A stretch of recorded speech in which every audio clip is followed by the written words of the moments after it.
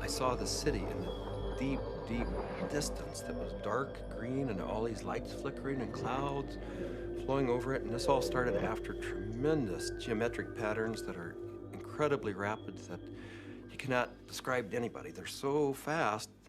After those had slowed down, I saw this city in the deep distance. So I was sort of watching that, and then this ball of light goes right past me, right in front of me, like, what was that? It didn't scare me, except it was so close. After that, I started looking around. It's like you're in this place, and you're going, why am I in this place? And then I noticed that there was this woman off to my right with a real long nose. She had green skin. She was turning this dial, and I realized she was turning the volume of lights up and down on the city in the distance. And as soon as I looked at her, she noticed I was watching her. And she said, so what else do you want? I said, what else do you have?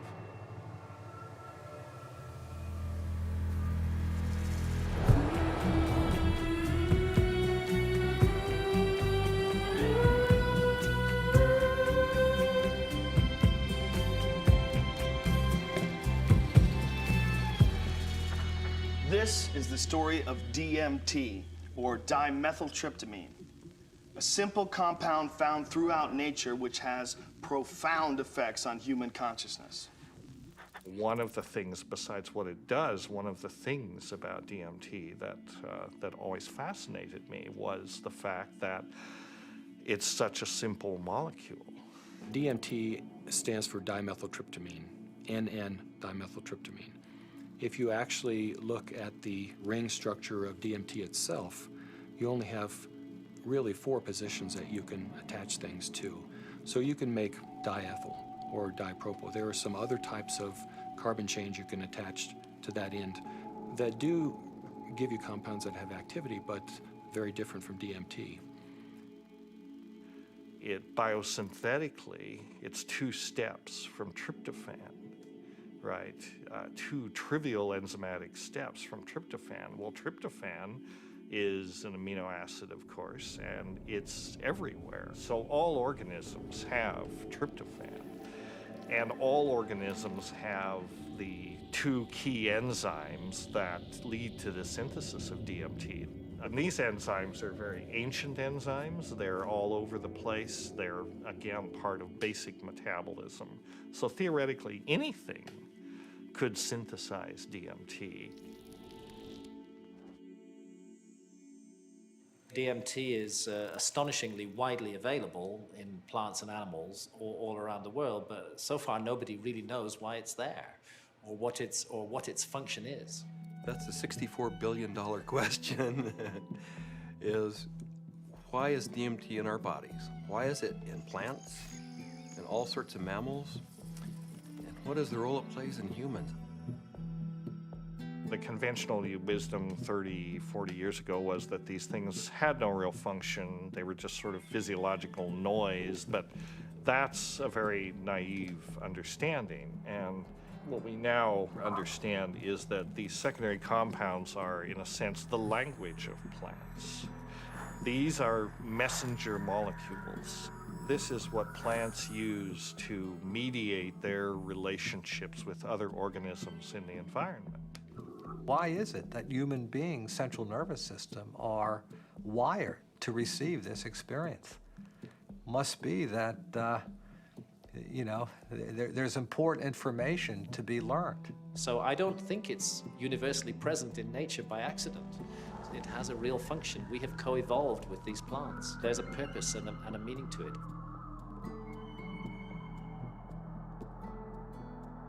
So it really fits in with the notion that DMT may be the common molecular language, resonant language, among all living beings on this planet and maybe others as well. I can't think of a more powerful tool to explore the whole question of what is consciousness. these substances are tools that can be used to expand awareness in all areas of life and apply that expanded awareness for the betterment of people's lives and their communities, their families, and our society. The good news is that there's a growing number of Westerners and actually intellectuals, scientists, artists, movers and shakers, filmmakers, and so on, who realize that this stuff is all too interesting just to go on keeping it swept under the rug. And meanwhile, the Inquisition was a long time ago, the birth of rationalism was a long time ago. At this point, there's no good reason, apart from bad habit, to keep up these barriers. With the help of two concepts that are traditionally opposed, science and spirituality, we humbly reintroduce psychedelics back into the cultural dialogue. DMT, the spirit molecule, you know, it's a conundrum, it's a paradox. What the spirit is the inner world. The molecule is the external world. So the psychedelics or entheogens take us from the science to the spirit. I was drawn to the pineal gland, which is a very small organ in the center of the brain, which has always been an object of interest and even veneration for a lot of esoteric physiological disciplines. I thought, you know, it wasn't totally crazy to presume a pineal site of origin of DMT. Which, you know, fit in nicely with my theory that the pineal was somehow involved in naturally occurring mystical states. This hypothesis proposes that the pineal gland at certain times, when it's under a specific stress or stimulation, it releases a significant amount of this hormone, DMT, and it's that hormone that facilitates the entering and exiting of the soul in the body. This is what the Jewish sage mystics have been describing in a coded language for literally thousands of years. Through meditation, through fasting, chanting, any number of techniques, there might be a burst of endogenous DMT that was correlated with mystical and near-death experiences. And I had this theory that there was a big similarity between psychedelics and experiences that were possible with a lot of meditation. And that was one of the original findings that led me to start looking for a spirit molecule, for a compound in the brain that elicited mystical experience.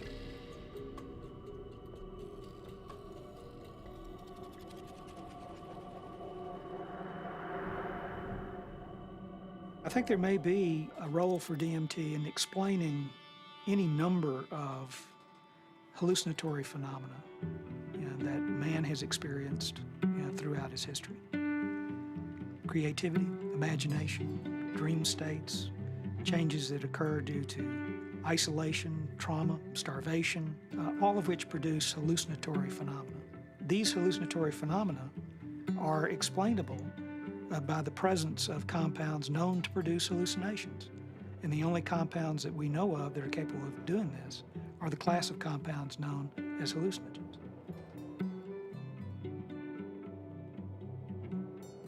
When thinking about spiritual states, I think endogenous hallucinogenic compounds and molecules that the brain can potentially release are probably very relevant to this topic, because on one hand, they may really help us to elucidate what is the neurochemical mechanism of these experiences. I mean, if we can say that there's a release of endogenous opiates, or we can say that there's a release of dopamine or something like that, and we can measure that release and we can see where in the brain those different molecules go, what receptors they activate or deactivate, and hence we can really learn a lot more about what these experiences are, because it really can allow us to match up these experiences that people have with hallucinogens, as well as understanding where they are related in the context of the brain's receptors and the different parts of the brain that may or may not become active.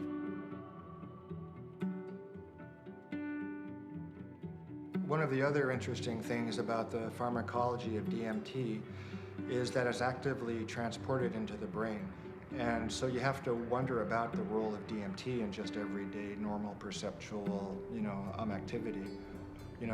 Too much DMT and things become very psychedelic, or, not enough, DMT in the brain can make things dull and flat and gray. There's something that, for me, makes sense about DMT. You called it the spirit molecule. It might almost be called, the reality molecule. Philosophically, it makes sense that something that would be so fundamental to the way we perceive reality would be imbued out there in reality.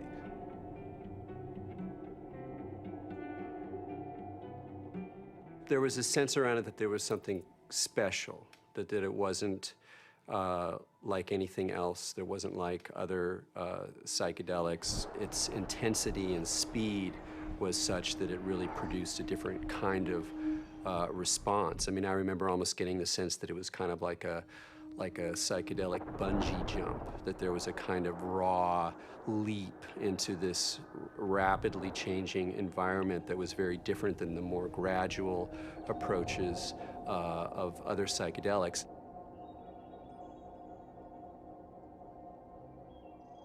Smoke DMT is sort of like the drive-by shooting of psychedelics. You're in one place, bang, you're in another place, and then bang, you're back down. So it doesn't leave a whole lot of room for that narrative of who am I, what am I doing here, why am I in this space, what am I learning? It's almost like there was too much information to process in that few-minute span to integrate once you drop back down. Dimethyltryptamine, when it is administered, has a very rapid onset and a very short duration of action.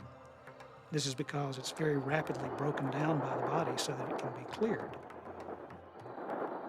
DMT is rapidly degraded by an enzyme in the liver called monoamine oxidase, or MAO. That's the reason it's not active when you take it by mouth.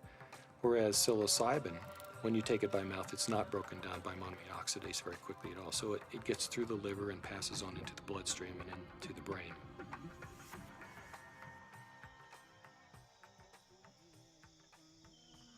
Yeah, I'm very interested in ayahuasca. When I began my studies in the early 1990s, ayahuasca was just starting to make inroads into the West, but it's obviously become a lot more popular in the last 10, 15 years. And the visionary ingredient in ayahuasca is DMT. Through some amazing feat of pre-literate chemistry, the Amazonian natives stumbled upon or combined whatever. I don't know how they did it, but they found that one plant contains DMT and one plant contains an enzyme inhibitor. Combine them, you can drink DMT and it's orally active. So it starts working in a half hour, lasts for 3 or 4 hours. And you can, maneuver a lot more comfortably within that state than you can when you're just smoking it or injecting it. Orally active ayahuasca tends to pick you up and gently carry you into the space and hug you and embrace you and clean you and show you all sorts of mystical visions, and then it very gently brings you back down like you're floating on a feather back to the ground. As valuable as my DMT experiences have been, I feel that there's a lot more enduring value, really, in this folk technology, which stretches it out and makes it a navigable space. Our whole Western, European-derived tradition of distilling alcohols and isolating chemicals and making everything stronger and taking it out of nature and putting it into the biggest punch that we can, I don't think that generally that's the most useful way. I think there's a reason that cultures have learned to turn a 5-minute experience into a 5-hour experience. It seems to me that ayahuasca has had a plan and that it's reached out into the world and brought DMT into many, many thousands of lives in a much bigger canvas than it had reached for the last 10,000 or however many years. And it's done it very rapidly and it's done it with form to go with it. And ayahuasca is much harder for the power structures that we have now. It's much harder for them to put down because it has been part of a legitimate religious and spiritual practice for thousands of years, certainly in the Amazon. And we can't just dismiss all that as primitive mumbo jumbo and superstition. We have to get to grips with that on its own terms. I think that there's a growing number of people who feel this desire to get back in touch with nature, with plants, with animals, and who know that through the shamanic path there's a way of doing this, and that actually these tools, these psychoactive tools for plants like ayahuasca is a very direct way of doing this. Now, it may not be everybody's cup of tea, and I think a lot of people are actually with reason afraid of it.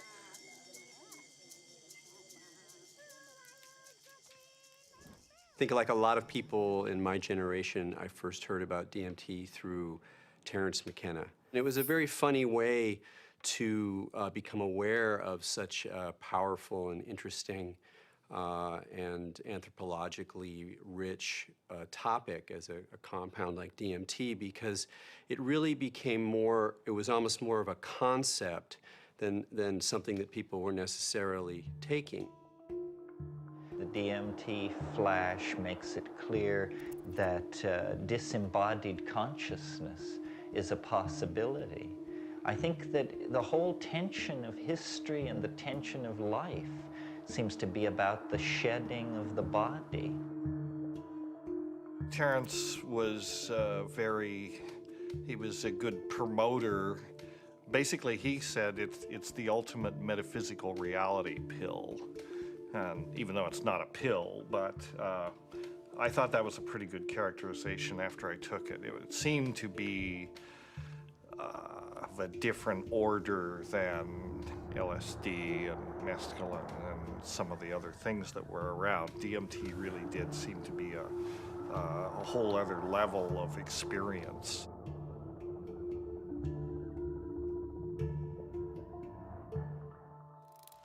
I ask that you suspend any opinions, either negative or positive, about these compounds. Whatever you believe their value to be, they continue to have profound effects wherever we find their use, whether it's contemporary Western culture or in the Amazon rainforest.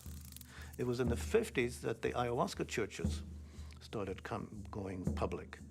You know, there was a kind of a transition from the indigenous Indians in South America to the mestizo people in the cities, and then these churches, you know, the Santo Daime Church and then the UDV Church a little later, started doing ceremonies that would made the ayahuasca accessible not just to Indians, but to urban people in the big cities in Brazil, who are as far from the shamans as we are. In the early 1990s, the UDV established a branch of their church in the United States. In the late 90s, the U.S. Customs Department, along with the DEA, intercepted a shipment of ayahuasca. The church protested the government action. They contended that it violated the Religious Freedom Restoration Act, and the case was heard in the U.S. Supreme Court. And in February 2006, their decision was announced, and it was a unanimous decision on the side of the UDV. Why is it that in the entire Western world, these substances that have been found to be so interesting by hundreds of cultures for thousands of years are prohibited? How did these cultures that consider themselves to be enlightened, democratic, and scientific get to declaring plants illegal? It can seem weird, but there's clearly something deep and revealing about the nature of these societies. Our society values alert, problem-solving consciousness, and it devalues all other states of consciousness. Any kind of consciousness that is not related to the production or consumption of material goods is stigmatized in our society today. Of course, we accept drunkenness. We allow people some brief respite from the material grind. A society that subscribes to that model is a society that is going to condemn states of consciousness that have nothing to do with the alert problem-solving mentality. And if you go back to the 1960s, when there was, a tremendous upsurge of exploration of psychedelics, I would say that the huge backlash that followed that had to do with a fear on the part of the powers that be, that if enough people went into those realms and those experiences, the very fabric of the society we have today would be picked apart, and most importantly, those in power at the top would not be in power at the top anymore.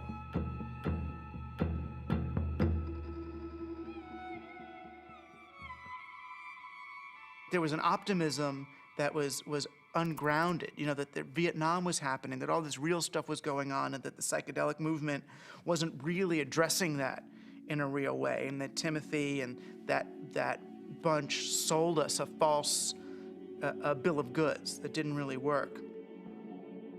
We are now, whether we like it or not, in the psychochemical age. In the future, it's not going to be what book you read, it's going to be what chemicals do you use to open or close your consciousness. Chemicals can help us learn faster. Chemicals can help us expand or contract our consciousness. The atmosphere in the 1960s was, we are doing research here. We are dedicating our lives to trying just about everything on the planet.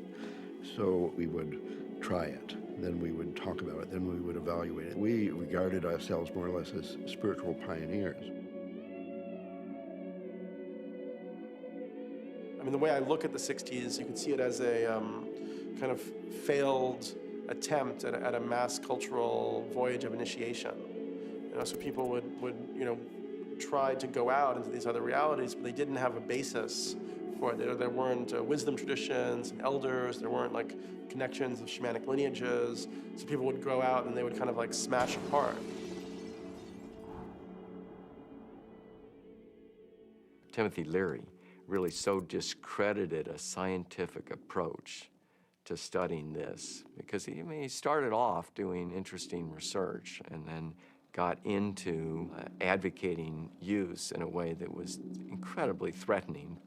Culturally, we reacted, and politically, it became impossible to do this sort of research.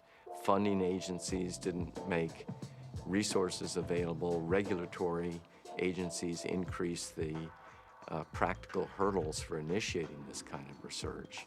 And I think people who had interest in research of this type largely were discredited because of their interest in the research.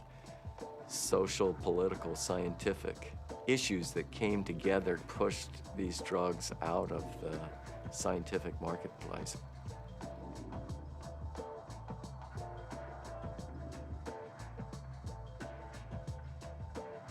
The public opinion in many cases had become that psychedelic research was dangerous. The lay public was uninformed about the true nature of these compounds and what their importance may be in the understanding of perception itself. One of the tragedies to me is that the clinical research on these substances pretty much stopped around 1970.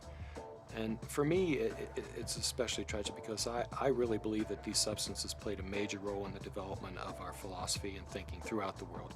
What a lot of people don't realize is that psychiatry, up until the 50s, the field in general had no concept that neurochemistry played any role in emotion or behavior, which today seems really bizarre.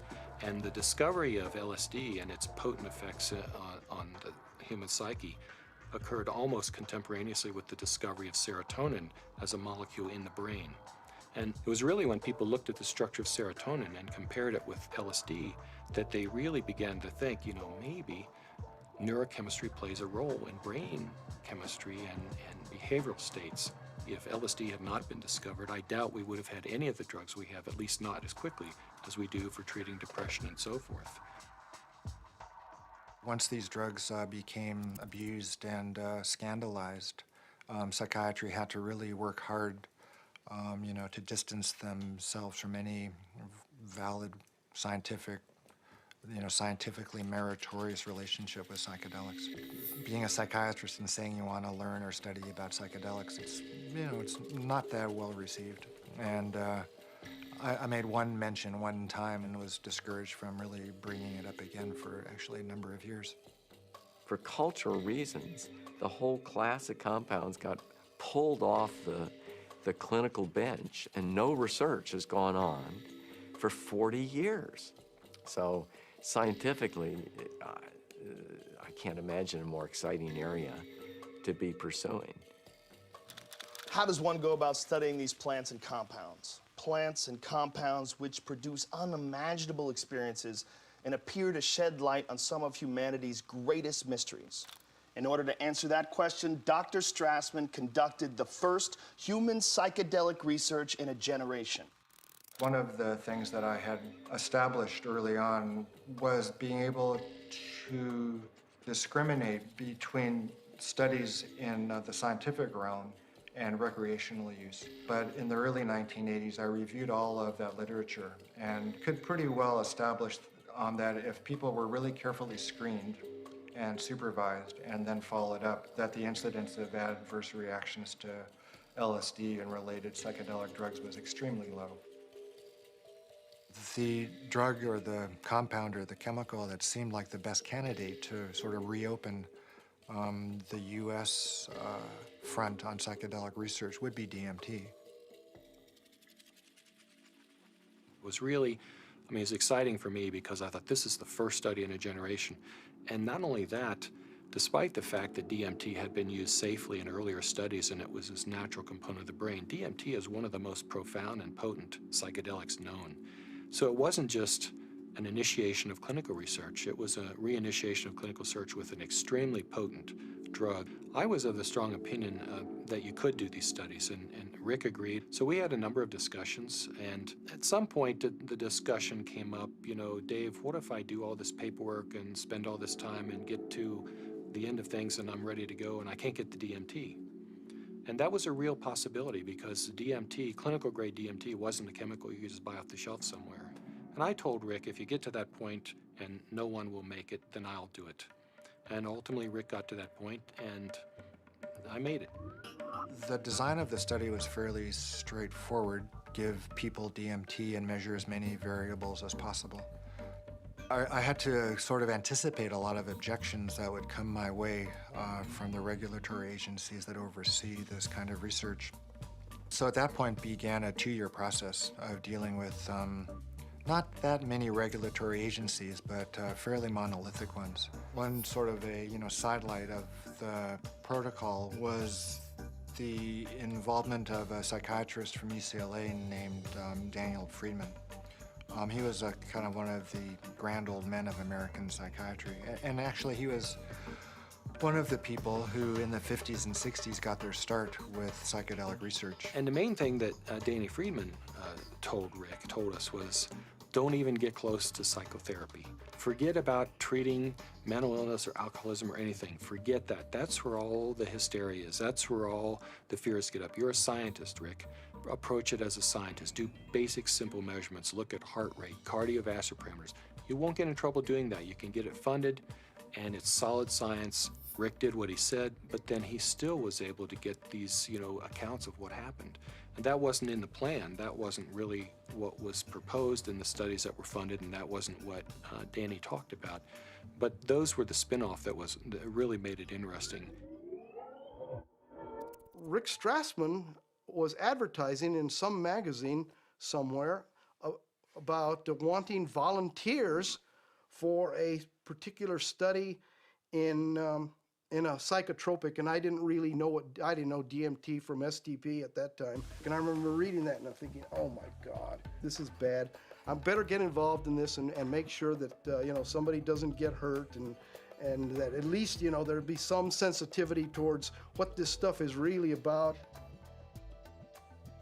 I met Rick's research nurse at a party, and she heard me talking about that I had used peyote ceremonially, and she took me aside and said, there's something that you might be interested in. We're looking for subjects, volunteer subjects, for some unusual research. I was a little concerned that the study participants might be a little obnoxious. Maybe that's not the right word, but you know, people that were just seeking to do a lot of drugs, and they were very professional people.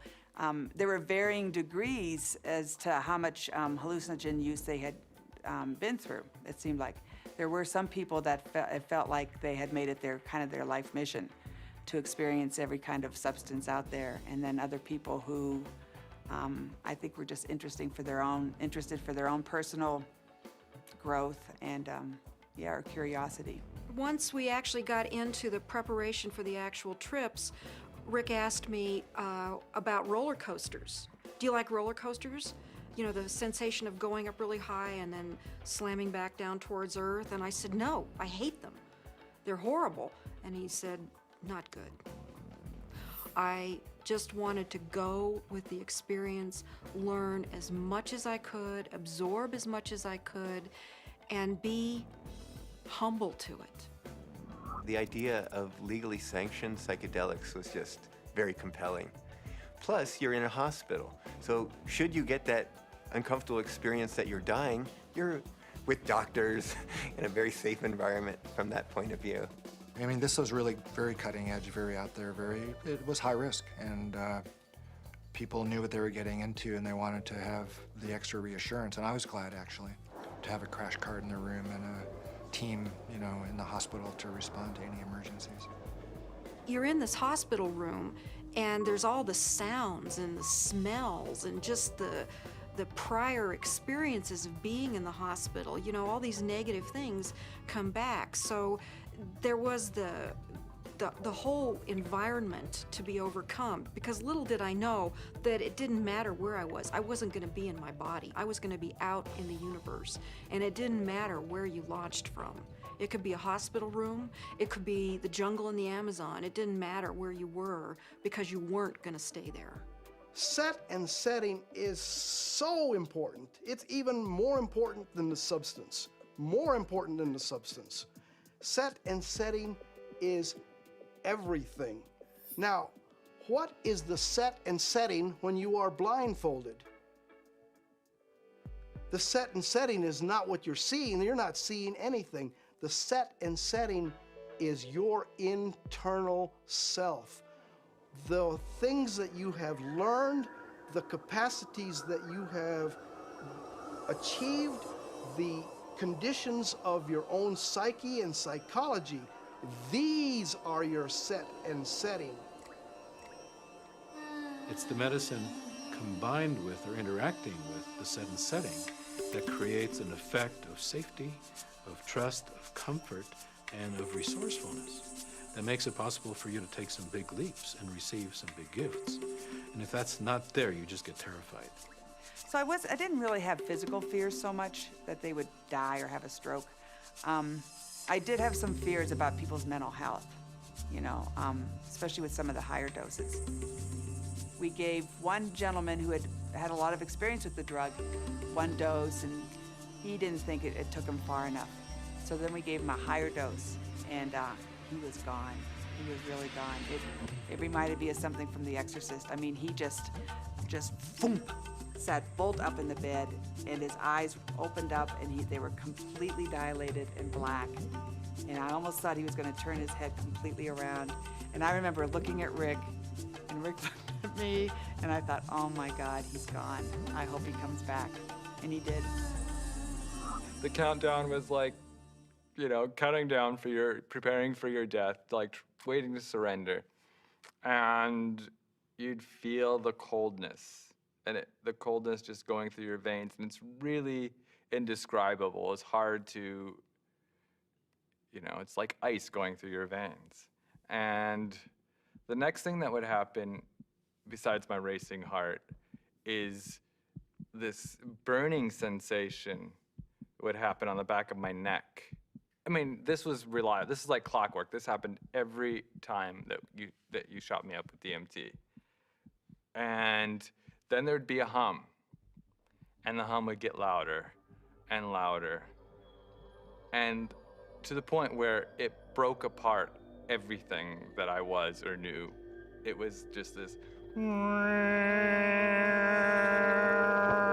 It just got louder and louder until you just had to surrender to the sound. And then you were there. I would get a warm, full feeling, a golden feeling in my chest before it went to my head. I'd feel this warm rod, about 1.5 inches in diameter, start growing up inside my central channel. It would come up and sort of slow, warm up my chest, go up through my head, and slow down and put tremendous pressure in my sinuses behind my eyes, and slow down.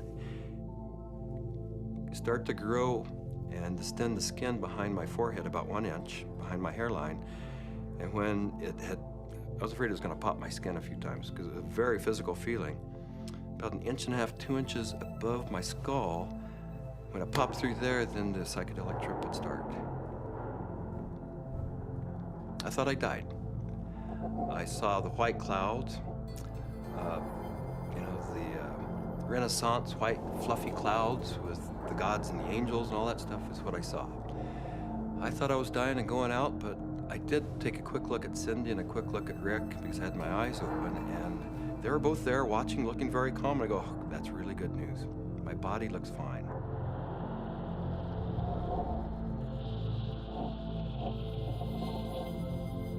So I didn't know whether it was my birth I was re-experiencing, my death which was yet to come, because I know that time crumbles. The linearity of time is totally meaningless in these states. You are at the Godhead, the point where all time folds in on itself. More and more layers of my humanity start peeling off. Finally, the last, almost the last layer, and I can't even describe what it is, but you have, at some reaches way in there, there is like the last layer of that which defines you as a human being, and it goes click. You are no longer a human being. In fact, you're no longer anything you can identify. There was no concept of time. It was so disorienting. I was so terrified. I have never in my entire life been so terrified to be blasted out of my body, to leave my body behind, to be going at warp speed backwards through my own DNA, out the other end, into the universe. And so I went right into this white light. As soon as I went into it, I lost any sense of being different, any sense of what I was doing, past, any sense of future.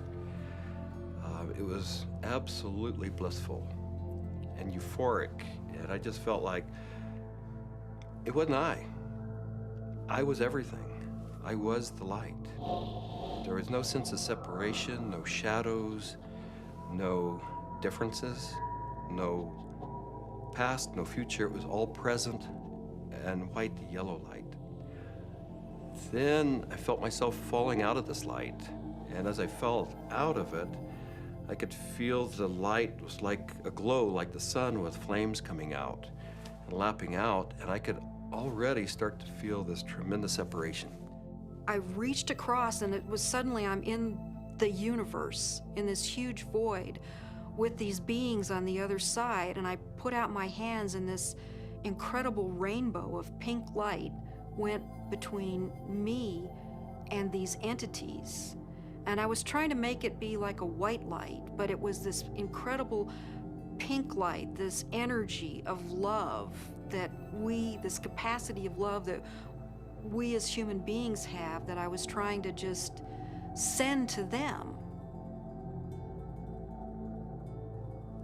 This meteor-like trip through the infinite space of the interior consciousness is up pops the picture puzzle pattern door. And I'm now whizzing through this sucker like if it was nothing. I'm flying through it. But now I know what the picture puzzle pattern door is. The picture puzzle pattern door is the farthest reaches of your humanity. This is the doorway into what defines you as a human being. When you go past that, you stop being human to a degree, and the further you get past this point, the further away you go from being a human being. But right here, this picture puzzle pattern door is everything. It's everything. It's what defines you as a human being. This picture puzzle pattern door is you. This is like the actual core of where all of reality is emanating from. This is where meaning comes from. Symbols were pouring out. They were intertwined. Every symbol and letter and in every language was pouring out of this point. And I looked around at my environment and I was trying to absorb everything, to understand, but there were all of these machines or structures or things that I had never seen before, that I had no idea what they were. I was like a caveman in a computer lab. I didn't have any idea, but I knew in my intellectual awareness that this was a very advanced civilization or life forms or whatever they were. They were so far advanced from what we know here on Earth.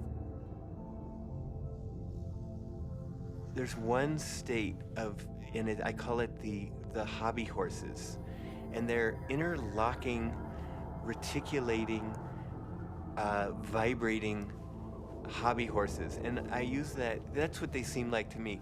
They interlock and they form a visual pattern that seems infinite in scape. And then you're on the inside, outside, inside, every side. And so it's less possible to use, words sort of start to escape you.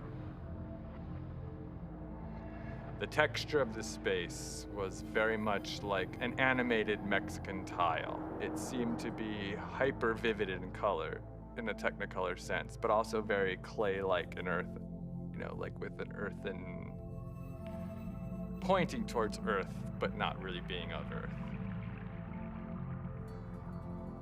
And there was no I. There was just a sense of a witness being suspended in this incredible vaulted space, like a cathedral made out of stained glass of all imaginable colors, unbelievable brilliance and saturation of color.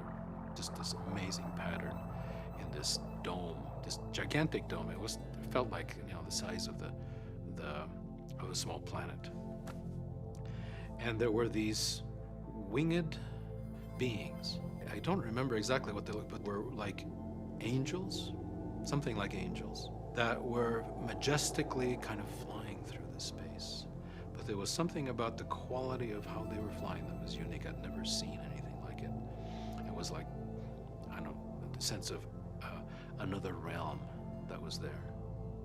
My sense was at some point, there was this implicit sense, this is the divine realm. This is the divine realm. And it was not like a thought, but it was like this implicit kind of grokking recognition. It was all very, very impersonal until I got to the space where I realized that I was in the area where souls await rebirth. And I was there, and I had been there so many times before. I recognized it, and this incredible transcendent peace came over me. I have never in my life ever felt such peace. Everything was stripped away. Every hope, every fear, every attachment to the material world was completely stripped out of me. I was free to just be the essence of a soul. After the medicine wore off, there is that familiar sensation of kind of coming back into the body. And I do remember that. That was part of almost all of those experiences of kind of coalescing back into sensory awareness and a sense of having a body and of that becoming a little more substantial. And then say, oh yeah, here I am. And I live in a body and I'm okay. So Laura removes the eye shades. And I ask, not really with my eyes open quite yet, I ask, how long was I gone? because I needed to know. And Rick chimes in like 15 minutes.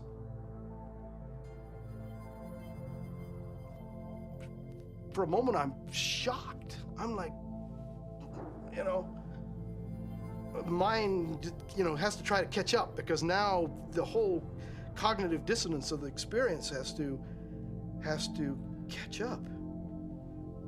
I was gone for 15 minutes. 1,000 years of experience in 15 minutes.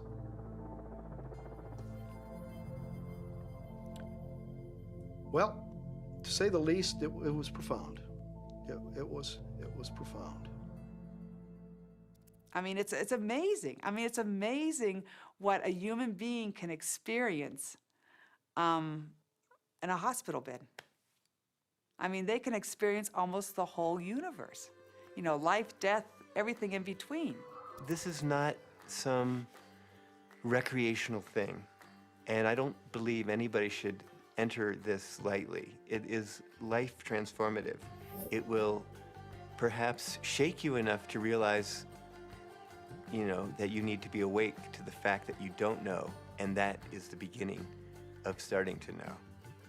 What we see here is such a tiny part of what is real. I get really frustrated because, of course, there's no way to prove that where I went was deep space, that I encountered, you know, other entities, other life forms that exist in this universe. At some point, maybe our civilization will become advanced enough and we will throw off these anchors of impossible thought, that these things are impossible, that it's not, you know, that everything that exists where we can see it. I wrapped up the studies in '95 and really just had to take a break for a couple of years. I was aware of a growing sense of discomfort with what I was doing because I just couldn't explain it. And it seemed to me if I couldn't model and explain what was going on that I was doing and just, you know, bringing people to the edge of these kinds of experiences, it seemed like I ought to. That it was a little irresponsible to be sort of pushing people off the cliff like that without really knowing exactly what it was and accepting and understanding and feeling comfortable with that model. And, you know, I think what began dawning on me after a while once I stopped the study was that I was really dealing with a spiritual phenomenon. What do these experiences say about the nature of reality, the nature of our minds, or the function of our brain that we can so quickly shift into these alternate realities? Let's take a step back and consider how these experiences inform us about ourselves, our consciousness, and the symbiosis of the two. It started seeming to me that what was happening with DMT, particularly with respect to some of these reports of entering parallel or alternate or freestanding parallel sorts of realms of existence, is that indeed was what their consciousness was doing. The chemistry of their brain, which is the organ of consciousness, was being changed by DMT in such a way that they could then receive information that we weren't able to receive normally. Yes, there's the experiences from DMT and ayahuasca, and they have their function. But if we'll also look at what it enables us to see, it just rips that filtering mechanism away for a few minutes, and for a few minutes you're immersed in sort of this raw data sphere of input, of sensory input, of memories, of associations. I mean, it seems like the brain builds reality out of these things, what you're experiencing, what you have experienced, and how you associate and synthesize these things together to tell yourself a story, essentially, about what's going on, where you are in space and time.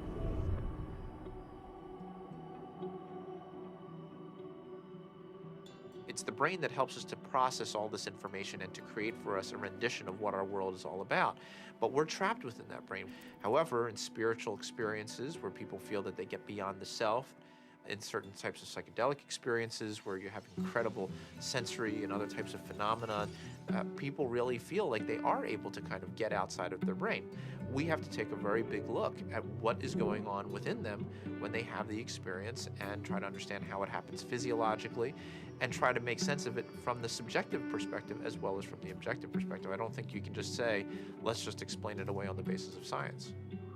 What I was doing early on when I was hearing these reports were interpreting them, calling them psychological or brain chemistry aberrations or whatever, that there was a part of the brain that was being dinged that was responsible for the alien appearance phenomenon. This is not a new phenomenon. Entities in altered states, have been recognized for an extremely long time in many cultures over the millennia. Helpers, spirit assistants, angels, all of these different entities have been fairly common throughout man's experience of altered states and through much of man's mythology.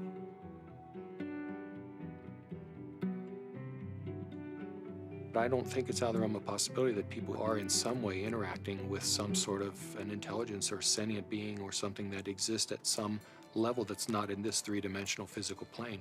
I'm looking at it from a sense of, okay, is the drug healing you? Is it helping you? Or is it giving you the tools? What are you bringing back? What you bring back, I think, has to be something more than there are these entities out there. The best psychedelic explorers are people who realize that even the truths they see on a trip are not truths, but new models, new what-ifs, alternative frames. Unless there is a map and a clear methodology, then one will just have a variety of different experiences. All these various experiences that have been reported from NDEs, near-death experiences, alien abductions, alien encounters, sexual ecstasy, I believe all of these experiences, in fact, are fractals. If we understand the concept of fractal geometry, no matter how small it is, it contains everything that is in the larger picture. And thus, that validates profoundly all these various experiences. Discount the phenomenon as hallucinatory or imaginary. I think it's maybe more useful to look at a mechanism of action. If it is real, then perhaps how does it work? Look, there's extraordinarily regular phenomena that come up with these things that are clearly linked in many ways to these larger human issues around mysticism or religious experience or encounters with other entities. And here we have it. And if you can't go in there and really go in there and account for this material inside your neuroscientific framework, you're leaving a huge gap. You gotta account for this stuff the way you gotta account for dreams, the way you gotta account for all sorts of psychoactive responses. Using DMT as an explanatory model, as kind of the mediator between our consciousness and the consciousness of a non-corporeal sort of reality, it's handy. With DMT, there are no words. I would try to wrap mathematical vocabulary around the experience afterwards. I specialized in the metaphor of vibration and how vibrations in fluids created form in fluid, and that would be the key to the relationship between the spiritual realm and the ordinary realm. This was the window that was opened by DMT. Using psychedelic drugs or other types of pharmacological substances can help to induce a state where people feel that they touch a deeper sense of reality, where they understand reality on a more fundamental level, and they gain a great deal of insight and knowledge into the ways in which the world works and how they are, as a human being, supposed to relate to that world. DMT is somehow, it seems to me in my experience, more of a breakthrough than LSD, mushrooms, peyote, and so on. It's instructive. It's more supportive of future evolution and the creation of the future. And it is, in itself, more of a mystery. How could this little stuff produce something that has intelligence? That is actually a doorway to another reality. So what is the nature of reality, and what is the nature of how we as human beings experience it? Can we understand it better? Are we capable of understanding reality on some very fundamental levels? And what do we need to do in order to prepare for that? You know, there are parallel universes, it seems, at least that's a theory in modern physics. There is dark matter, which is a huge amount of the matter of the universe, maybe 95% or more. As radical an idea, it's just a logical extension in some ways of, instead of using a machine to see more than we normally can see, we're using the brain. There are fields which are undiscovered so far, which have nothing to do with anything that is discovered so far. The gravitational field, was unknown before the year 1604. The electromagnetic field, unknown before the year 1830 or something. All of these, what we call the fundamental fields of mathematical physics, are new discoveries. Dark energy is also even newer discovery, and beyond that are maybe more discoveries yet coming beyond our cosmos itself, in higher dimensions, as they say. I still don't have very much use for the concept of God, but I do believe that there are higher levels, transcendent levels of reality, and I'm actually now starting to really believe that the brain is not the source of consciousness, is not really who we are, but is more like a radio tuner for something way bigger. Are these experiences, spiritual experiences or otherwise, are they created by physiological processes, or is the brain itself responding to something that's going on? And the fact that somebody may actually find a way of turning on their brain to spiritual experiences, again, I'm not sure that that necessarily diminishes the reality or the realness of what those experiences are about. If the pharmacology or the psychopharmacology of psychedelic experiences turned out to be essentially the same as religious or spiritual experiences, it would help us to understand where these experiences are occurring within the human brain. I'm actually quite convinced that we're probing the biological basis of moral and ethical behavior. I think these primary religious experiences really are at the bedrock of the world's religions. The research and knowledge and speculation about the pineal body and DMT is in fact the hand of God that is interacting with our natural evolution to stimulate and accelerate the process of redemption of individual and of collective global enlightenment. Because of my ayahuasca experiences, I consider myself a spiritual person. I know things now that I could never have known otherwise.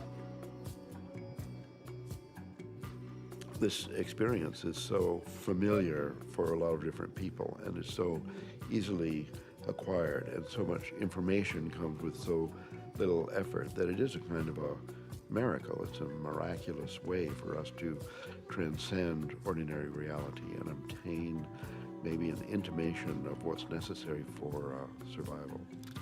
Ranging from new forms of medical treatment to a better understanding of the universe to life-changing spiritual revelations, these natural tools offer us the ability to seek greater knowledge. Tools that could positively affect life on our planet. Let's answer Dr. Strassman's question. If so, so what? Because of the collapse of consciousness, spiritual and scientific knowledge split apart. Both these modes of knowing have to come together. In other words, science and technology, from a traditional religious perspective, is not an extra. It is part of the process by which humanity is going to evolve into its next stage.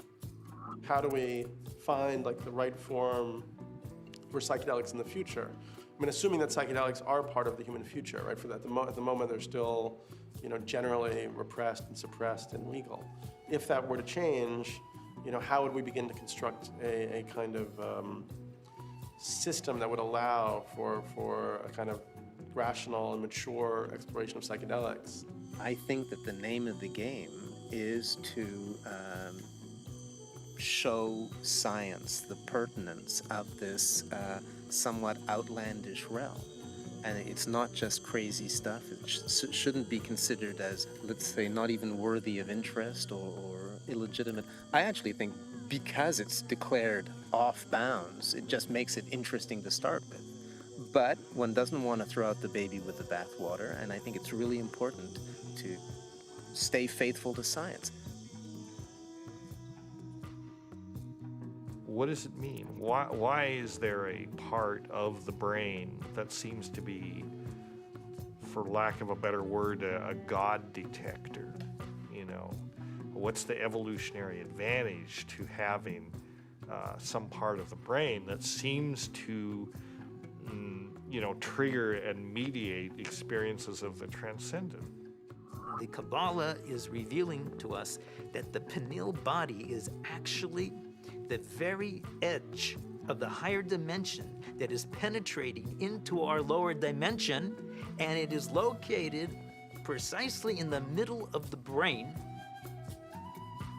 I can remember reading about Descartes, thinking that it was actually the interface between the spiritual dimension and the dimension of matter. And I remember studying that as a foolish idea from our history. And now it seems actually like a very interesting idea. What we are looking for out there is really in here. It is the doorway. It is the gate. So we focus on the transformative effect of the psychedelics. But it's also true that the reverse is true, that it requires transformation in order to embrace psychedelics. It's one of the tricky paradoxes of postmodernism that psychedelics both require and produce a transformative effect. We have severed our connection to spirit. That's what our society has done. It has sought to persuade us that the material realm is the only realm, and the only way we're going to recover is to reconnect with spirit. And I truly believe we need the help of the plants in order to do that.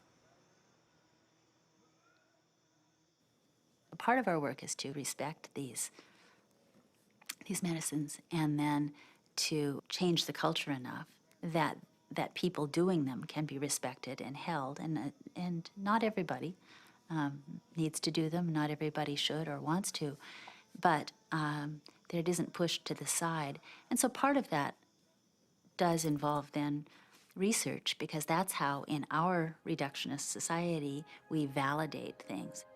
With the passing of the years and the opportunity for sober reflection, I think there's a growing appreciation that there may be something to gain from studying these compounds, that there's a lot we can learn, and there may very well be treatment models, particularly for patient populations for whom conventional treatments are ineffective, for whom the psychedelic model, when utilized optimally, may provide great benefit. I think the most important thing that we could do right now that would be fairly straightforward to do is to ask and answer the question of whether ayahuasca could help people who have drug and alcohol abuse. And given that we know that DMT and similar alkaloids have a very strong effect on the same receptor sites that are involved in depression, and the notion that most people, in my experience, who use drugs and alcohol are self-medicating a deep depression or an anxiety. I've had permission now over the last few years to utilize psilocybin, which is the active alkaloid in hallucinogenic mushrooms, in the treatment of patients with advanced stage cancer who have anxiety. We're treating the anxiety not the cancer. Now, psilocybin is 4-phosphoryloxy-N,N-dimethyltryptamine. So obviously, from a chemical structure point of view, very similar to DMT. Ultimately, what I want to do is see these things used in the way that they were used traditionally, to heal people, help people.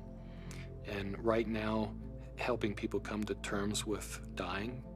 It changes your whole relationship to your death, your impending death. Believe it or not, you're gonna die. And now, with this tool of having crossed over already,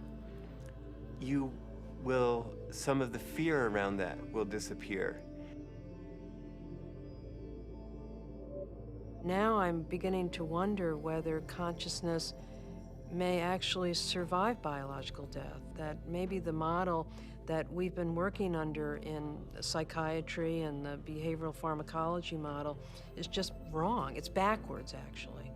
That consciousness is primary in the universe and matter is a result of. Utilizing substances like DMT or 5-methoxy-DMT may really help us prepare by practicing a transient dying experience. Thus far, we're observing very positive effects in regards to the nature of experience during the session and then subsequent effects on mood regulation and anxiety control, pain perception, and overall quality of life for cancer patients. By and large, our subjects do quite well in the time they have remaining.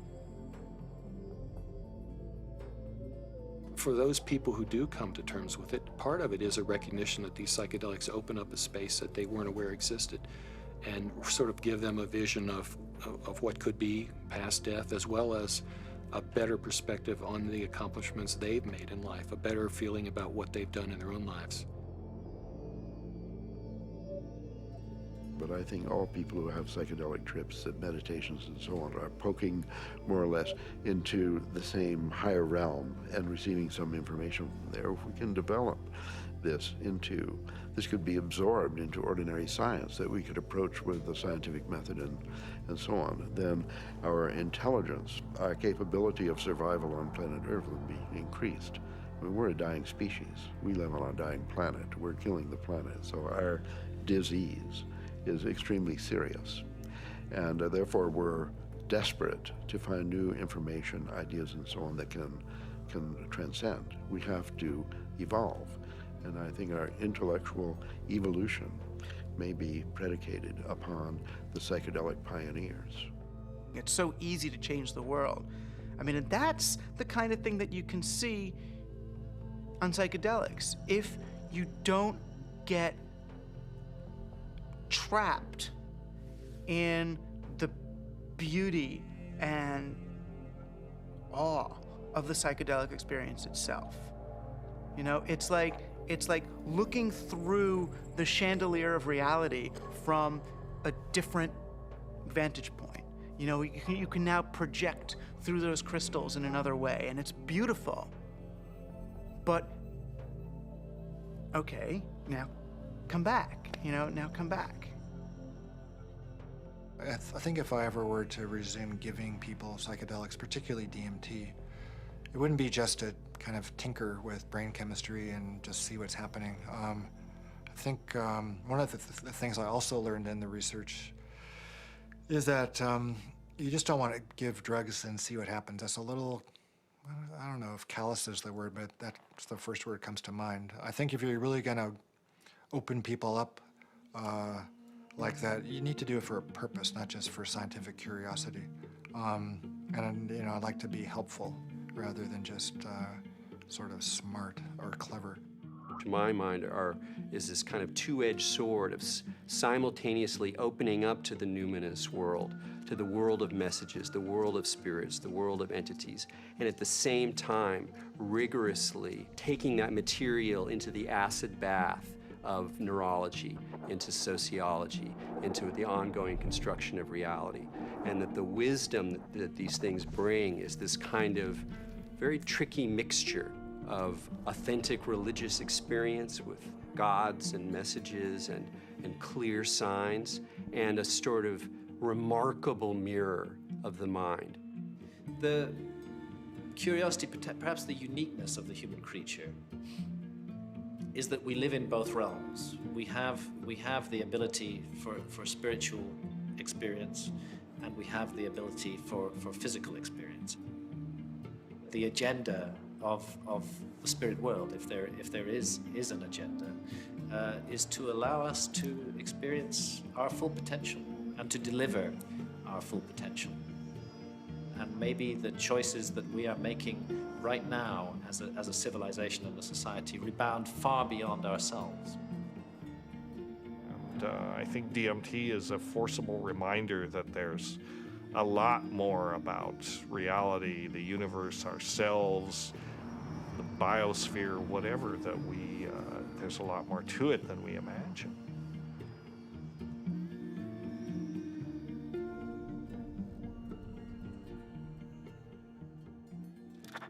It seems our reality is not the only reality. Occasionally, the cracks reveal themselves and may even want to be discovered. As humans, we are creatures that thirst for knowledge. We spend time, money, and infinite energy searching for it, in schools, in churches, in business, and in technology. Knowledge is power, and thus our greatest quest. Dimethyltryptamine, a molecule with a complex name and the simplest ability to unlock the door to another dimension, and perhaps, just perhaps, our future evolution.